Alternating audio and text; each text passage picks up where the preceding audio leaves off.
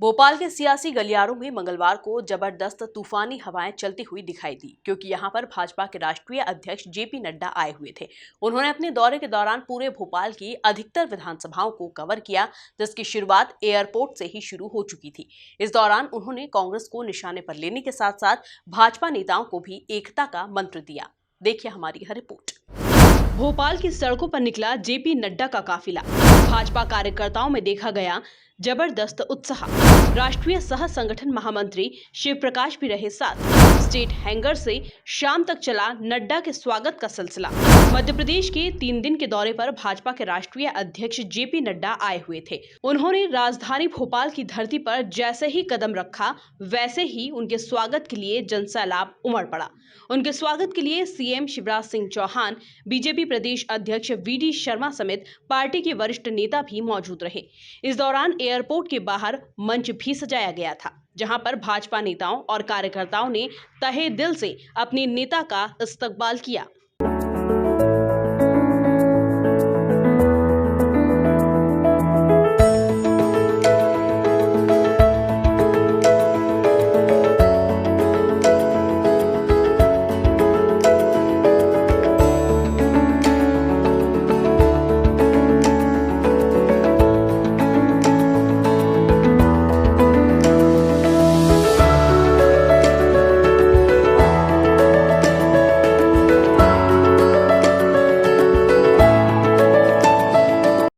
Airport से JP Nadda का काफिला ईदगाह हिल्स स्थित गुरुद्वारा नानक टेकरी पहुंचा।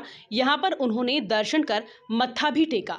इस दौरान सीएम शिवराज समेत कैबिनेट के सिख समाज से आने वाले मंत्री हरदीप सिंह डंग भी मौजूद रहे। इस मौके पर जेपी नड्डा का सिख अंदाज भी नजर आया।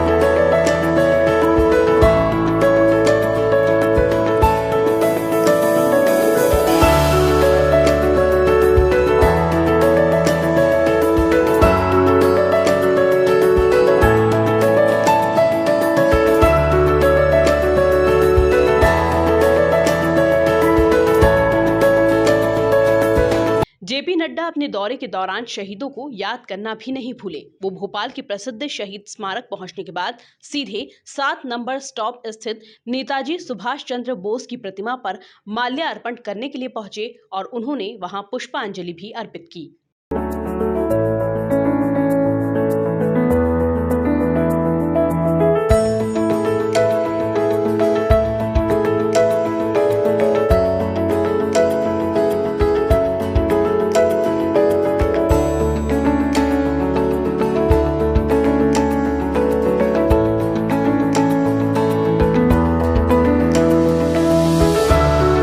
शहीदों का स्मरण करने के बाद भाजपा के राष्ट्रीय अध्यक्ष नड्डा सीधे भाजपा कार्यालय पहुंचे, जहां पर पार्टी कार्यकर्ता उनका बेसब्री से इंतजार कर रहे थे। कार्यकर्ताओं ने इस मौके पर उनका आकर्षक नृत्य और ढोल ताशों से जमकर स्वागत किया। वहीं इस दौरान भाजपा कार्यालय पर जेपी नड्डा ने प्रेस वार्ता के जरिए कांग्रेस पर जमकर निशाना साधा और कहा कि कमलनाथ जी की सरकार ने मध्य प्रदेश की कई सारी योजनाएं बंद कर दी थी। उन्होंने कहा कि भ्रष्टाचार, कांग्रेस और कमीशन एक साथ चला, लेकिन बीजेपी ने सरकार के साथ मिलकर मध्य प्रदेश के साधारण आदमी की तकलीफ को समझने और उसको राहत देने का काम किया है। इसकी बदौलत मध्य प्रदेश विकास की एक नई इबारत लिख रहा है। और भ्रष्टाचार और बाकी सारी चीजें वो सिनोनिम है। कांग्रेस पार्टी, कांग्रेस और करप्शन ये साथ ही साथ चलती है। कांग्रेस और कमीशन ये एक साथ ही चलती है। तो यही संस्कार, यही कल्चर डेवलप हुआ। मुझे खुशी है कि ये सरकार ने मध्य प्रदेश की तस्वीर बदलने में बहुत बड़ा योगदान किया है।